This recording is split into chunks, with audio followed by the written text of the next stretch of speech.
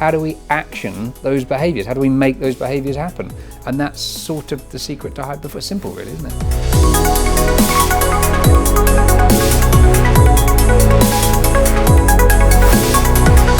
I've spent almost 22 years working in high performance, sort of accidentally actually. And high performance as a concept frustrates me a little. Not many people really understand what it actually means. And if you ask multiple clients, you get different definitions of what high performance is to them.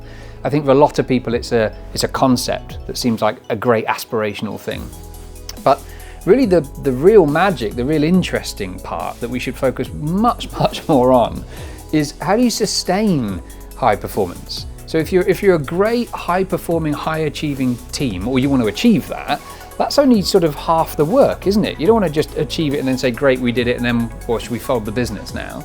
The secret sauce is in how do you sustain that constant high achieving, high performance? And that's where most of my work is. That's sort of a specialty area of mine. The sort of interesting part to all of this, I suppose, is that performance, it's not something you learn, you kind of nurture it. And ultimately, culture plays a really important part of that, because here's the fundamental secret, the sort of, behind the scenes know-all of high performance. If people love what they do and where they work, you will naturally get high performance. It's just a case of nurturing it. So in the ABC of human behaviour, the antecedent behaviour consequence, if the consequence is high performance, we just take a step back and say, okay, what are the behaviours that are going to get us to high performance? And then here's the real key, how do we action those behaviours? How do we make those behaviours happen? And that's sort of the secret to high performance. Simple, really, isn't it?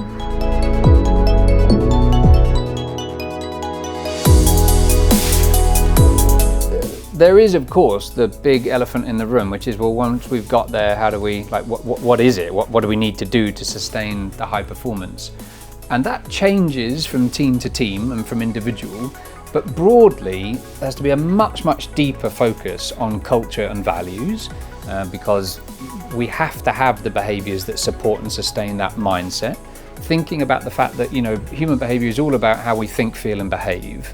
And so at each stage of working processes and systems, we need to think about, okay, have we streamlined them? Have we got rid of the stuff that doesn't work, the stuff that really annoys people, that's going to keep people away? Ultimately, you want to sort of create an environment broadly, and this is slightly flippant, but you want to create an environment where people are as excited about coming into work on a Monday morning as they are about leaving on a Friday afternoon.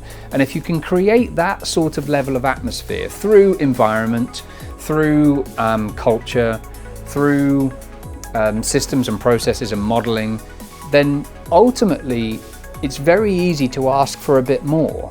Because as long as people understand why they're doing what they're doing, you really have all of the components of everything that creates a very safe environment to ask for more in a way that actually people are happy to give and explore more. And the sort of last point I would make here probably is, and there's a lot we could talk about this obviously, but the big one for me is to ask more questions. People just don't ask enough questions. We don't challenge enough. And if we challenge more and ask more questions, all of those answers move us forwards.